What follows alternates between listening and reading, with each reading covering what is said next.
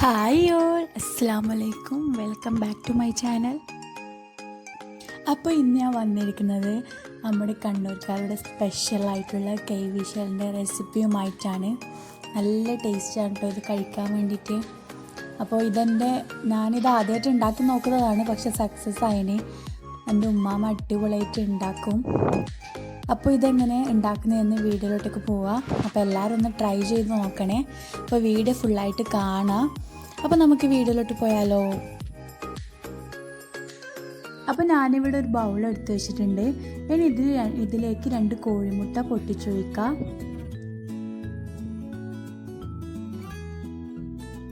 ഇനി ഈ മുട്ടയിലേക്ക് 4 table spoon പഞ്ചസാര ഇട്ട് കൊടുക്കാം. അപ്പോൾ മധുരമൊക്കെ നിങ്ങളുടെ ആവശ്യത്തിന് ഇട്ട് കൊടുക്കുക. മധുരം കുറവാണെങ്കിൽ കുറച്ച് ഇട്ട് കൊടുക്കുക. നല്ല മധുരം ഇഷ്ടമുള്ള ആൾക്കാരാണെങ്കിൽ മധുരം കൂട്ടിയിട്ട് കൊടുക്കുക.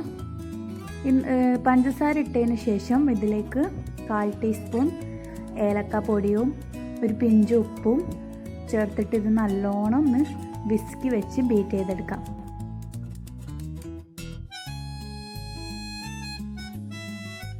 അപ്പോൾ ഞാനിവിടെ നല്ലോണം ബീറ്റ് ചെയ്തെടുത്തിട്ടുണ്ട്. ഇനി ഇതിലേക്ക് മൈദപ്പൊടി ചേർത്ത് കൊടുക്കുക. അപ്പോൾ ഞാനിവിടെ 1 കപ്പ് മൈദ എടുത്ത് വെച്ചിട്ടുണ്ട്. അപ്പോൾ ഇത് ഞാൻ എടുത്ത് വെച്ചതാണ്, ആവശ്യമുള്ളപ്പോൾ കൂട്ടിയിട്ടെടുക്കുക. അപ്പോൾ ഇതിൽ കുറച്ചായി ഇട്ടെടുത്ത ശേഷം നല്ലോണം ഒന്ന് മിക്സ് ചെയ്തെടുക്കുക. അപ്പോൾ ഞാൻ 1 കപ്പിൽ ഒരു 3/4 കപ്പോളം മൈദ എടുത്തിട്ടുണ്ടാവും. അപ്പോൾ നല്ലോണം ഇതൊന്ന് കുറച്ചായി ഇട്ടെടുത്തിട്ട് മിക്സ് ചെയ്തെടുത്തിട്ട് വരാം.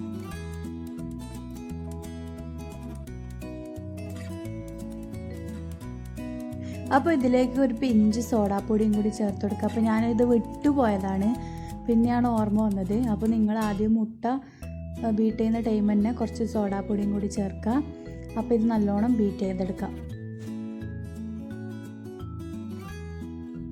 അപ്പോൾ ഞാനിവിടെ നല്ലോണം മിക്സ് ചെയ്ത് വെച്ചിട്ടുണ്ട്. അപ്പോൾ ഞാനിതിലേക്ക് ഏകദേശം 3/4 കപ്പ് മൈദയും കുറച്ച് വെള്ളവും കൂടി ചേർത്തിട്ട് ഒന്ന് നല്ലോണം മിക്സ് ചെയ്ത് വെച്ചിട്ടുണ്ട്. കണ്ടോ, ഇതാണ് ഇതിൻ്റെ കൺസിസ്റ്റൻസി. നന്ന ലൂസാവാനും പാടില്ല, നന്ന ടൈറ്റ് ആവാനും പാടില്ല. അപ്പോൾ ഇത് ചുട്ടെടുക്കാൻ വേണ്ടിയിട്ടുള്ള ഓയിലൊക്കെ ഇവിടെ ചൂടായിട്ടുണ്ട്. അപ്പോൾ ഞാൻ പൈപ്പിംഗ് ബാഗിലാണ് ഇത് മാറ്റിയിട്ട് ചുറ്റിച്ചെടുക്കുന്നത്. അപ്പോൾ നിങ്ങൾക്ക് വേണമെങ്കിൽ ചിരട്ട യൂസ് ചെയ്യാം കേട്ടോ. ചിരട്ടൻ്റെ അടിഭാഗം ഓയിൽസാക്കിയിട്ട് അങ്ങനെ യൂസ് ചെയ്യാം. കണ്ടോ, ഇതേപോലെ എന്നിട്ട് പൈപ്പിംഗ് ബാഗിലേക്ക് ആക്കി കൊടുത്തിട്ടുണ്ട്. ഇതേപോലെ ജിലേബിയൊക്കെ ആക്കുന്ന പോലെ ഇതൊന്ന് ജസ്റ്റ് ഒന്ന് ചുറ്റിച്ചെടുക്കുക. എന്നിട്ട് ഇത് ഒരു ഭാഗമാകുമ്പോൾ മറിച്ചെടുക്കുക. എൻ്റെ ഉമ്മാമൊക്കെ ചിരട്ടയിലാണ് ചെയ്യാറ്. അപ്പോൾ അത് എനിക്ക് അങ്ങനെ കറക്റ്റ് ആവുന്നില്ല. അപ്പോൾ അതുകൊണ്ടാണ് ഞാൻ പൈപ്പിംഗ് ബാഗ് യൂസ് ചെയ്തത്. പൈപ്പിംഗ് ബാഗ് ഇല്ലാത്ത ആൾ വിഷമിക്കൊന്നും വേണ്ട, ചിരട്ട യൂസ് ചെയ്താലും മതി. അപ്പോൾ ഇതൊരു ഭാഗമായിട്ടുണ്ട്. ഇനി ഇത് മറിച്ചിട്ട് കൊടുക്കുക. എന്നിട്ട് ആ ഭാഗം കൂടി ആയാൽ നമുക്കിത് കോരിയെടുക്കാം. അപ്പോൾ ഇതിവിടെ ആയിട്ടുണ്ട്. അപ്പോൾ ഞാനിത് എടുത്ത് മാറ്റുകയാണ്. ഇനി ഇതുപോലെ എല്ലാം ചുട്ടെടുക്കാം. അപ്പോൾ നമ്മുടെ കൈവിശലപ്പം ഇവിടെ റെഡി ആയിട്ടുണ്ട്. നല്ല ടേസ്റ്റാണ് കേട്ടോ കഴിക്കാൻ വേണ്ടിയിട്ട്. വെറുതെ പറയുന്നതല്ല, കിടിലൻ ടേസ്റ്റാണ്.